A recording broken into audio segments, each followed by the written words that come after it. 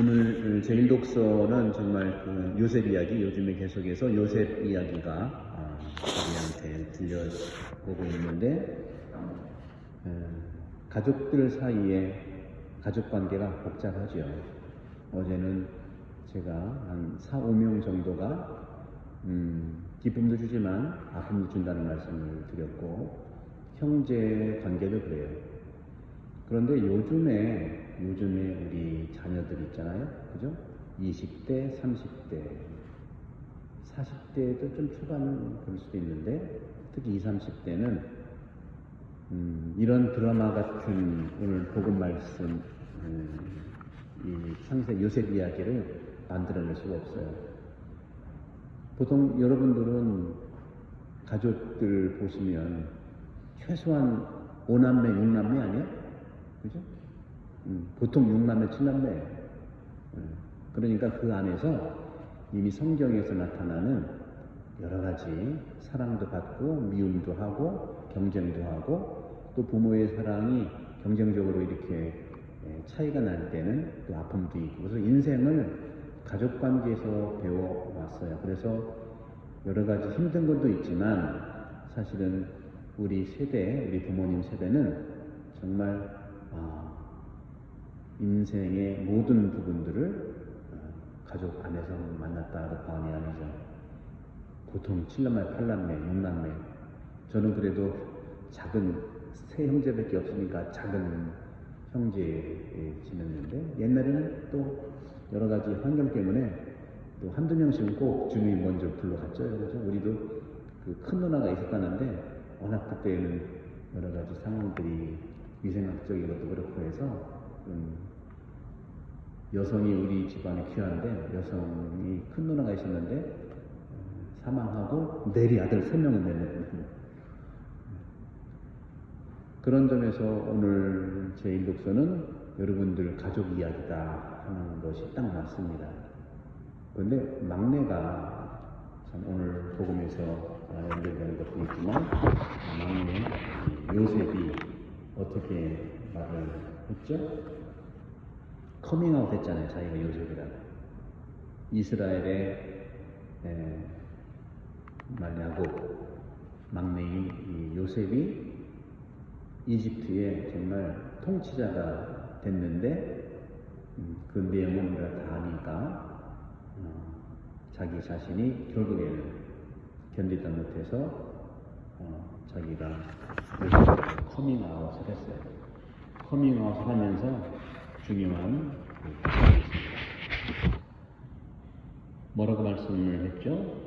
내가 형님들의 아우 요셉입니다. 형님들이 이집트로 팔아넘긴 그 아우입니다. 이거는 팩트예요, 팩트. 사실이라는 말이죠. 여러분도 가족 사이에서 또 가까운 내조 단원들이라든가 또 구역반에서도 대화할 때에 그 방법이 있거든요. 요셉은 팩트도 얘기를 하고 사실도 어떤 거죠? 형님들이 나를 팔아넘겼다. 그 얘가 요셉이다. 두 번째는 감정에 대한 표현을 하고 있어요. 감정. 저를 이것으로 팔아넘겼다고 해서 괴로워하지도. 이건 감정에 대한 감정. 자신에게도 화를 내지 말아주세요 하는 거. 사실을 기본으로 해서 그 사실에 대한 감정들이 있는데 그것도 대화하는 겁니다. 그리고 또 한 가지 마지막으로는 의미를 찾는 것. 의미. 우리 목숨을 살리시려고 하느님께서 나를 여러분보다 앞서 보내신 것입니다. 이건 의미잖아요. 이 세 가지가 풍요롭게 이루어지는 것이 가족 관계에서 또 친구 관계나 특히 회의도 마찬가지예요. 거기서 잘 풍요롭게 이루어질 수 있는 거예요. 그런데 이것이 핀트가 어떤 사람은 자꾸 이렇게 얘기를 해도 팔아넘긴 것만 자꾸 생각해가지고 나 안 그랬어 그쪽 만나고 이게 이제 주파수가 안 맞는 거죠. 그죠? 그런 점에서 오늘 우리가 이 요셉 이야기를 통해서 우리 가족 안에서 만날 수 있는 것은 팩트라고 하는 것은 몸 중심으로 우리가 이해를 해야 됩니다. 팔을 넘긴 이유들 여러 가지가 있겠죠, 그죠? 어쨌거나 아우를 팔을 넘겼어요. 몸을 넘겨버린. 그러니까 사실은요, 몸 중심으로 대화가 이루어지는 거고, 그 감정은 마음 중심으로 이루어지는 마음 중심으로. 그리고 의미는 생각. 바로 하느님의 생각을 읽어내는 걸 얘기하거든요. 이 세 가지가 정말 잘 조화롭게 이루어질 때 거기에는 오해도 또는 상대방과 나 사이에 갈등이나 분열은 없게 되는 거예요.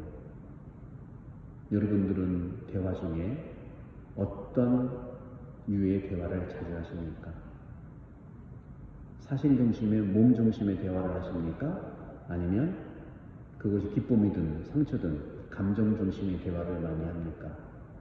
아니면 하느님의 뜻을 읽어내기 위해서 그 몸의 사건과 감정에서 이루어지고 있는 하느님의 뜻을 찾아서 그걸 해석하고 찾아내는 하느님의 뜻 찾아내는 의미로 대화를 하십니까? 보통 이 세 가지를 들여다보는 것을 성찰이라고 하는 거예요. 성찰. 여러분들은 성경을 통해서 이 거울처럼 나 자신을 들여다본다면 그것이 나에게 과거에 있었던 아픔이 될 수 있고 과거에 있었던 미움이 될 수 있었지만 그 삼중 대화를 할 때 거기에서 치유가 일어나고 기쁨이 일어나고 과거의 상처가 치유가 되는 거예요. 너무 분명한 겁니다. 특히 저는 여러분과 말씀드려서 오늘 복음에 예수님께서 세 가지 이상의 것을 말씀을 하고 있어요. 오늘 보게 되면 마태오복음 이 부분의 10장 7절에 15절은 우리 교회의 구성원으로서 우리 신자뿐만 아니라 우리 모두가 예수님의 이 말씀을 살아가는 데 있어서 첫 번째는 교회는 나를 포함해서 병원이 되어야 됩니다. 병원. 항상 프란치스코 형님이 야전병원이라는 말을 했잖아요. 야전병원. 그럼 여러분들은 현재 우리 성당이 야전병원이라면 어떤 과를 만들어서 병원 역할을 해야 될까요? 병원에 가면 여러 과가 있잖아요. 소아과 아니면 어떤 거예요? 신경과, 뭐 피부과 아니면 성형외과 이미 주님께서 다 말씀하셨죠. 앓는 이들을 고쳐주고 죽은 이들을 일으켜주고 봉송체도 하고 있죠. 그리고 연도, 위령 봉사회 하고 있잖아요. 그죠? 그리고 나병 환자들을 깨끗하게 해주고 정화, 내적인 나병을 얘기할 수 있겠죠. 마음의 나병, 마음이 불편한 사람들. 그리고 구마, 마귀를 쫓아내어라. 마귀라고 하는 것은 말씀드린 것처럼 자꾸 나를 분리시키는, 하느님의 사랑에서 분리시키고 가족의 사랑에서 분리시키는 그 무엇이 마귀의 장난이죠. 바로 정신적인 거예요. 이 마귀가 장난할 때 오늘 요셉이 얘기했던 의미를 찾는데 굉장히 어려워요. 의미를 찾을 수 없어요. 왜? 마귀는 하느님의 뜻과 자꾸 분리시키기 때문에. 그 내 안에서 나쁜 생각이 나오고 오해가 나오고 그래서 자기 혼자 판단하고 궁금하면 물어봐야 되는데 안 물어보고 자꾸 판단하는 거예요. 자꾸 판단해. 그게 죄를 짓는. 그게 바로 구마의 어떤 측면에서의 노출이 된다. 마귀가 가장 원하는 것은 뭐냐면 교만이에요. 그것이 바로 교만이거든. 딴 것이 아니라. 교만의 최고의 치료제는 겸손입니다.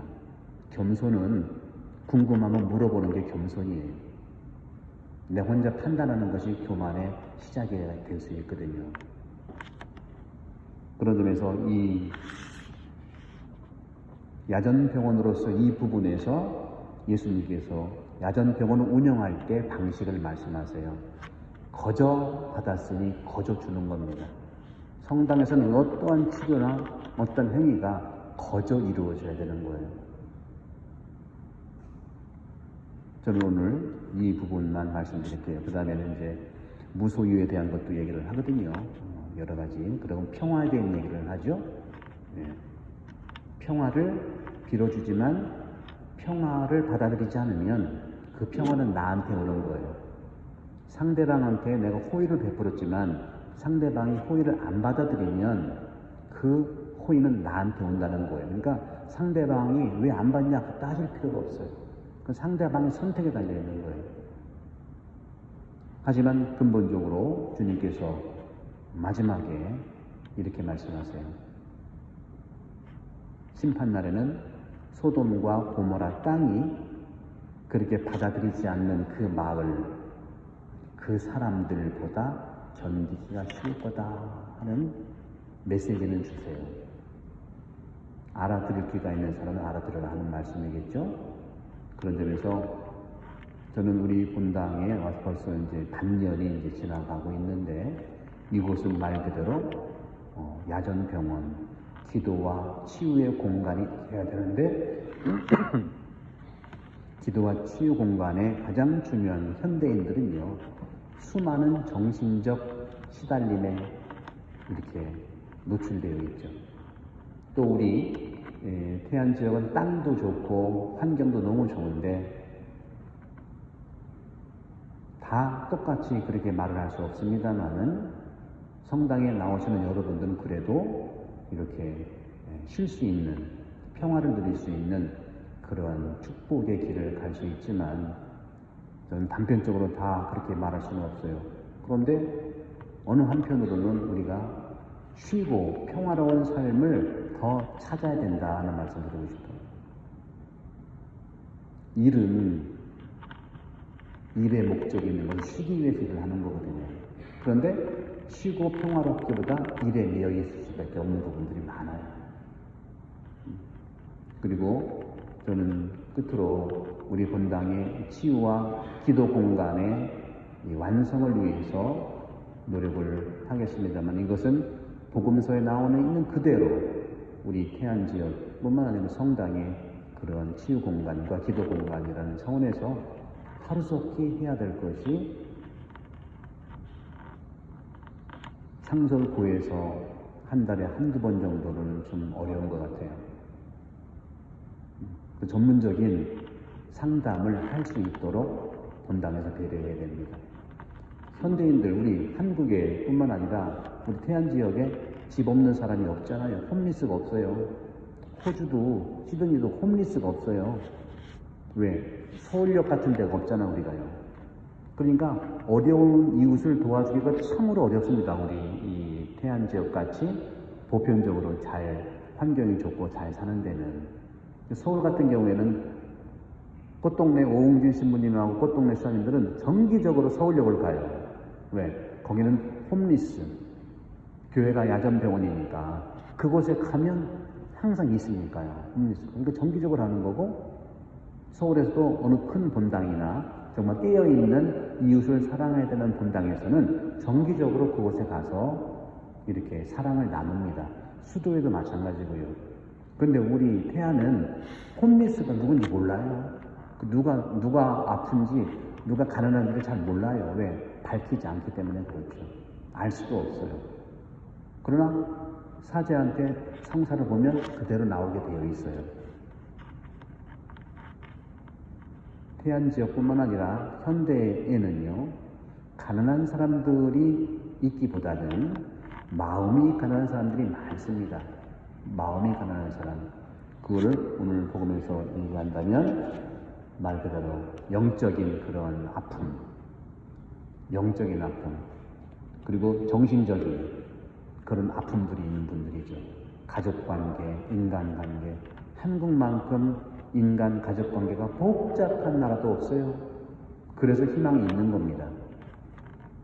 그래서 저도 이제 더 찾고 노력하겠지만 한 달에 한 번 이 정도 상설고에서는 하겠지만 그거보다도 실제로 정말 고민이 되고 마음이 정말 아프고 정말 괴롭고 너무 참으면 안 되거든요.